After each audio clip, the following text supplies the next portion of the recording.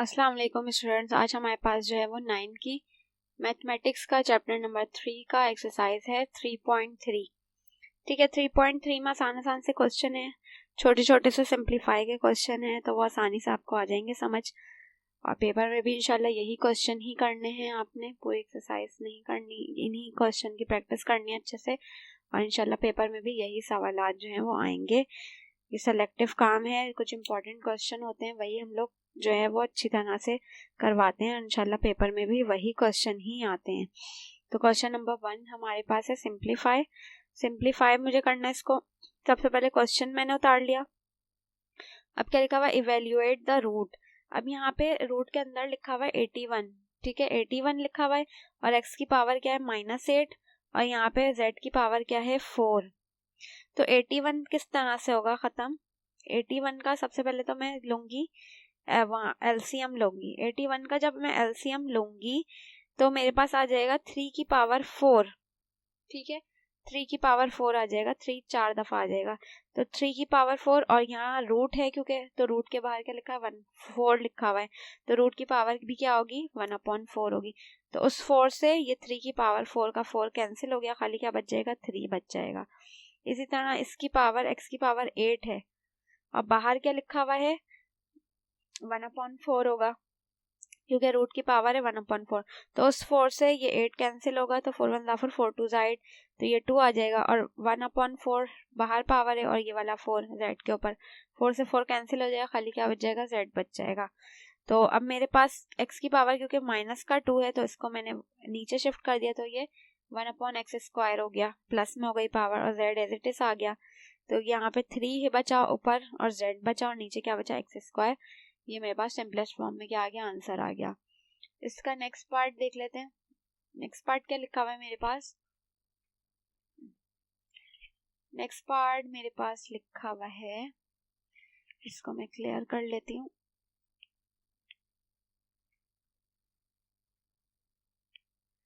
ठीक है, next part मेरे पास लिखा हुआ है, ये रूट में लिखा हुआ है 256 A6 B12 A।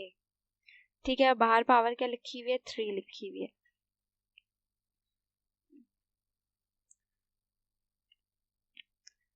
तो सबसे पहले तो हम 256 का क्या लेंगे, एलसीएम लेंगे। जब हम एलसीएम लेंगे तो मेरे पास 2 3 दफा आएगा, फिर 2 3 दफा आएगा और 2 2 दफा आएगा। तो इसको मैंने इस तरह से लिख लिया एलसीएम लेने के बाद। इसी तरह से यहाँ पे a की पावर क्या है 6 से, और रूट हटाएंगे तो रूट के बाहर क्या आ जाएगी पावर, यानी ब्रैकेट के बाहर क्या आ जाएगी 1/3 पावर आ जाएगी। तो उस 3 से ये 6 कैंसिल हो जाएगा, 3 1 3 3 2 6।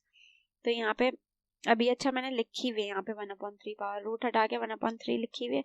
अभी नेक्स्ट स्टेप में करेंगे इसको सॉल्व। अंदर वाली A6 ऐसी आ गया, B12 भी ऐसी आ गया, C9 भी आ गया, रूट हटाया उसके ऊपर क्या आ गई 1/3 आ गई पावर।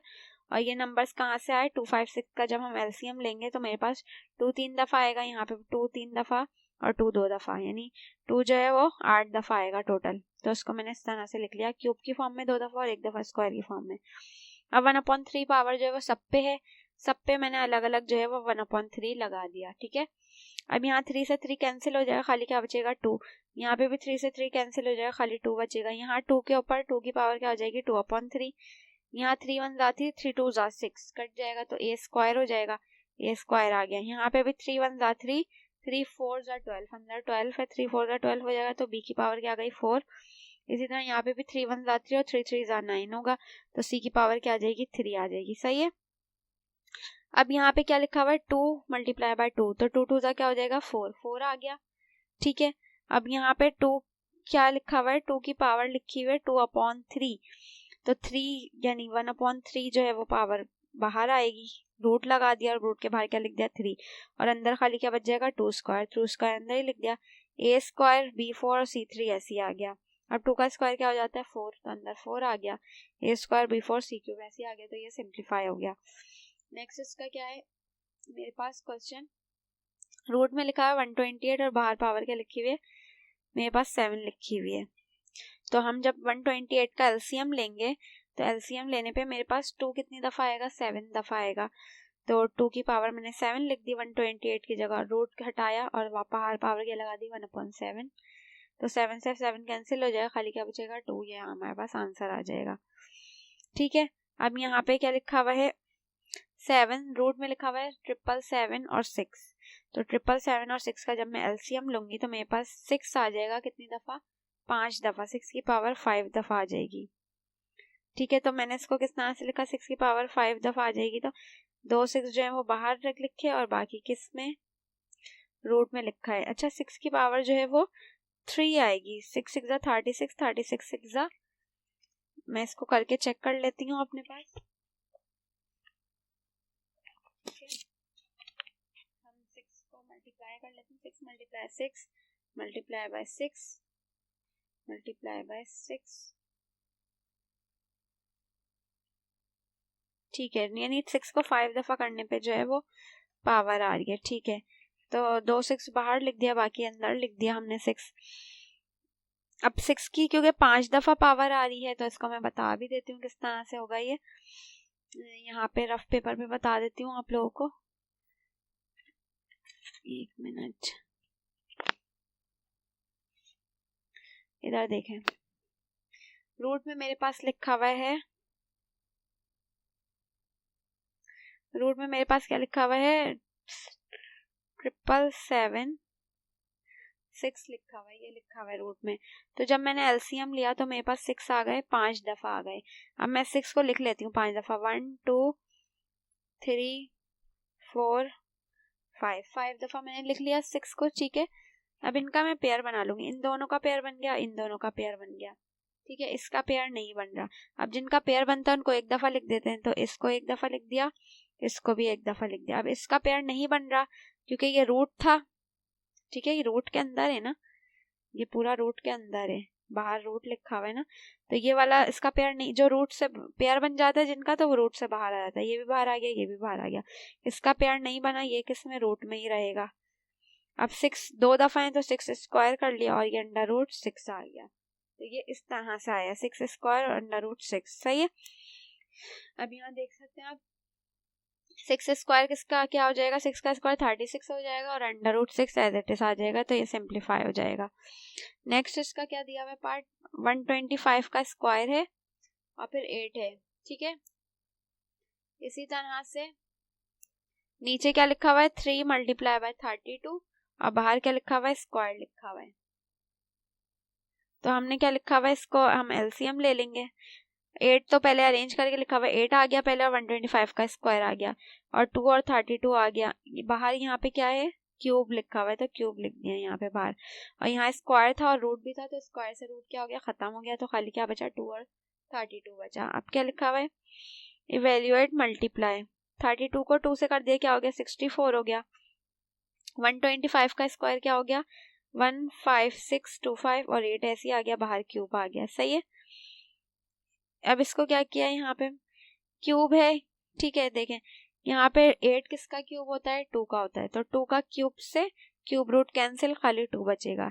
इसी तरह 25 का क्यूब होता है क्या 15625, तो क्यूब से क्यूब रूट कैंसिल हो जाएगा, खाली क्या बचेगा 25। 64 ऐसे आ गया, 25 को 2 से क्या 50 और 64 आ गया, इनको कट कर दिया हमने 2 के टेबल से, तो आ गया मेरे पास 25 और 32। ठीक है, आंसर आ गया ये। नेक्स्ट इसका देख लेते हैं पार्ट, लिखा हुआ है मेरे पास √21 मल्टीप्लाई बाय √28 अपॉन √121, तो 21 का रूट लेंगे तो क्या आएगा 3 7 21, 3 7 लिख दिया। इसी तरह 28 का हम जब एलसीएम लेंगे तो आ जाएगा 2 2 4 और 4 3 2 2 4 और 4 7 28, तो इसके फैक्टर्स बन गए 2 2 और 7। इसी तरह 121 के फैक्टर क्या बनेंगे 11 11 सा होता है 120, 11 और 11 लिख दिया। ऊपर वालों को सबको एक ही रूट में उतार दिया, ये इन दोनों 11 का पेयर बन जाएगा, तो रूट से बाहर आ जाएगा ये। अब 3 ये है। ठीक है, 7 ऊपर कितने मेरे पास 2 7 है, एक 7 और ये वाला दूसरा 7, दोनों 7 का पेयर बन जाएगा, तो रूट से बाहर आ गए। इसी तरह 2 2 है ऊपर, दोनों का पेयर बन जाएगा, रूट से बाहर। 3 अकेला है, 3 का पेयर नहीं बना, रूट के अंदर ही रहेगा, 11 आ गया नीचे। 7 2 क्या हो जाएगा 14, √3 और 1 11 आ गया, सॉल्व हो गया। ठीक है, इसका नेक्स्ट पार्ट क्या है, मेरे पास रूट में लिखा हुआ है 216 अपॉन 2/3, इसी तरह 125 का स्क्वायर और मल्टीप्लाई अपॉन में क्या लिखा हुआ है 0.04 -3। सबसे पहले क्वेश्चन ही उतरा हुआ है। सही है, क्वेश्चन में क्या लिखा हुआ है 216, अब 216 किसका क्यूब होता है? 6 का क्यूब होता है। 6 6 36 और 36 6 क्या होता है? 216। तो 6 क्यूब लिख दिया इसकी जगह, 2/3 ऐसे आ गया, 125 ऐसे स्क्वायर, और ये भी ऐसे ही आ गया। नेक्स्ट स्टेप में पहली वाली टर्म तो एज इट इज आ गई। 125 किसका होता है? 5 की पावर 6 लेंगे तो क्या आ जाएगा? 125। तो 5 की पावर 6 लिख दी, और नीचे वाली टर्म जो थी वो एज इट इज आ गई।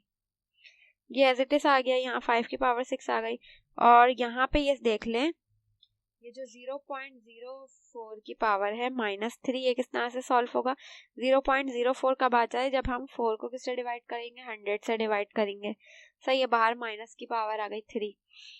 अब इसको रेसिप्रोकल करेंगे तो पावर किस में आ जाएगी? प्लस में आ जाएगी। 100 ऊपर आ गया और 4 कहाँ आ गया? नीचे आ गया। तो पावर किस में आ गई मेरे पास? +3 में आ गई। अब 4 को 100 से डिवाइड कर लेंगे तो क्या बन जाएगा मेरे पास? 25 बन जाएगा, और बाहर जो है वो क्यूब एज इट इज आ जाएगा। अब 25 किसका स्क्वायर होता है? 5 का स्क्वायर होता है। तो 5 स्क्वायर आ गया, और बाहर क्या आ गया? क्यूब आ गया। तो 3 2 क्या हो जाएगा? 6 हो जाएगा। तो 5 की पावर 6। तो ये 0.04 पूरा इस तरह से, इसकी पावर -3 पूरा इस तरह से सॉल्व होगा। तो 5 की पावर 6 बनेगा, जो कि मैंने यहाँ लिखा हुआ है। ठीक है, 5 की पावर 6 से 5 की पावर 6 कैंसिल हो जाएगा, और यहाँ 6 का ये 3 और ये वाला 3 कैंसिल हो जाएगा, खाली 6 स्क्वायर बचेगा रूट में। स्क्वायर से रूट खत्म हो जाएगा, खाली आंसर क्या आ जाएगा? 6। अब इसका रिमेनिंग पार्ट जो 8 वाला और 7 वाला वो आप लोग ने खुद करना है।